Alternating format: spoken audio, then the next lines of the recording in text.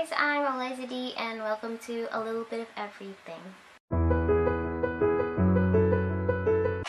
I know I promised on my last video that I will be making a video on Harry Potter book versus movie, but Fantastic Beasts: The Crimes of Grindelwald is already in the cinema since November 16 and I have watched it, and I think I want you to know the thoughts that I have for the movie, plus tips for you before you go and watch it as well. I've been seeing a lot of reviews on this movie and 99% of them are saying that it was not good. They're saying that the movie was rubbish, it was a complete waste of time, it does not progress. They said that there's a lot of confusion, there's a lot of insignificant scenes and characters involved. They said that they've been an hour in the movie and nothing significant has happened, and so on and so forth. I'm gonna say that I've enjoyed the movie, not just because I'm a big Harry Potter fan, but it really is good enough for me. Am I the only one? I seriously think that I'm the only one who thinks that. And that's the whole point of this video. You can go ahead and watch it if you haven't yet, because this video contains spoilers. But before you go watch it, I have 4 tips for you so that you can enjoy it as much as I did. Okay, tip number 1. I hope you have read the whole Harry Potter book series, because watching the movie versions won't help you as much. I myself am a very dedicated Harry Potter reader. It's my go-to book if I don't have anything good to read yet. If you haven't read the books yet and you want to go watch Fantastic Beasts: The Crimes of Grindelwald so badly, bring one of your Potterhead friends who have read the books, because they will come in handy in explaining some of the details in the movie that can be understood only if you've read the small details found in the books. Tip number 2. Have a good and clear headspace before you go and watch it. I'm telling you, this movie is very complex. Some people say that it's confusing, it's very complicated. I say it's complex. It has a lot of plots. So many things to connect to each other, so have a clear space in your head before you go and you'll have most of it figured out. Tip number 3. If you have time and money, go ahead and give it a second chance to see the details that you didn't see on your first watch. You won't catch every detail on your first watch, so give it a second go to see those. Plus, if you do this, you will have a better thought of it because you already know what to expect. Tip number 4. This movie is not perfect. It has a lot of flaws, but there are a lot of good things to look at as well. I don't know how much more to say about this, but just try to enjoy it. So those are my tips. I hope they will be helpful once you decide to go see the movies. So that's that. Those who haven't watched it yet, you may now turn off this video because there will be spoilers ahead once I give my review on the movie. But once you're done watching it, please come back and tell me if we have the same thoughts. On the other hand, if you've watched it, please stay and tell me if we have the same thoughts as well. This may be the only video that you can find which says the movie was good, and I stand to that opinion. You can tell me I'm not in the right mind, but this is my thought on the movie.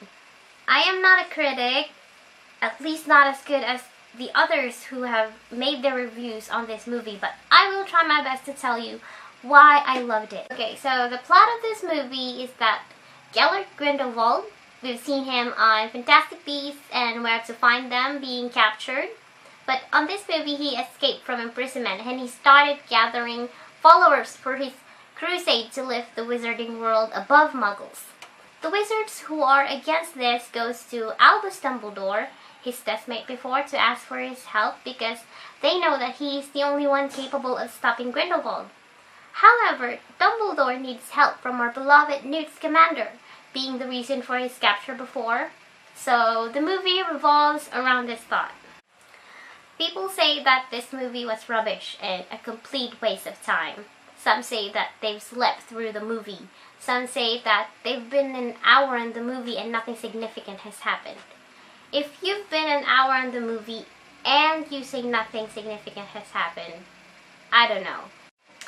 In the first few minutes, Grindelwald has escaped in a very powerful way, wielding the Elder Wand, creating thunder and lightning and those sort of stuff. The next moment, the Wizarding World is devising a way to stop Grindelwald from his plans. And then Grindelwald says his intention for doing this is for the Wizarding World to have freedom to be themselves. And then Newt sees Dumbledore, and Dumbledore explains why he cannot do it, and it has to be Newt.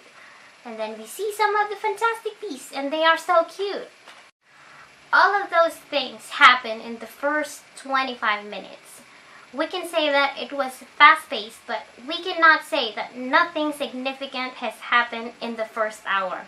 And to be honest, it was okay for me to see all of those in that time span. Although I wanted more screen time for the Nifflers. People also say that there were a lot of insignificant scenes and characters in this movie. Okay, just a reminder, Rowling will have 5 books in this franchise and we are still on the 2nd book. Maybe this is the book for introducing significant characters for the next book so that it won't take too much time to see what significant roles they will be playing in the next one. That was a poor guess, don't believe it.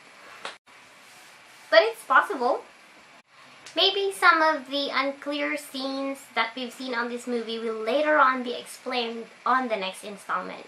We will soon find out if Credence is really an unheard of brother of Albus aside from Aberforth, or merely just a trick from Grindelwald to make him go against Dumbledore for abandoning him when he was little.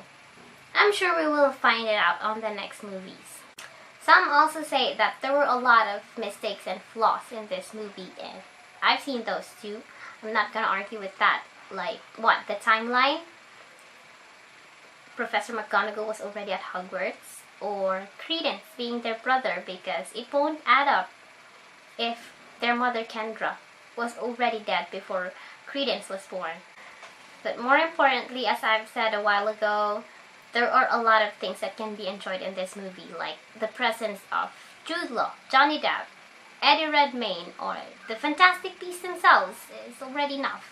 Bo Truckle, the Kelpie, the Zuwu, the Niffler, the baby Nifflers. I love those.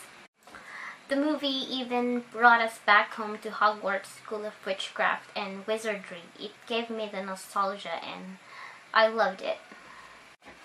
People can be harsh sometimes, but I'd rather spread peace, and I'm gonna say I love Fantastic Beasts, The Crimes of Grindelwald.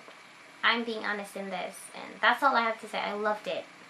Tell me what you think about the movie, but please be nice. Please don't forget to give this video a thumbs up if we thought the same, and don't forget to subscribe.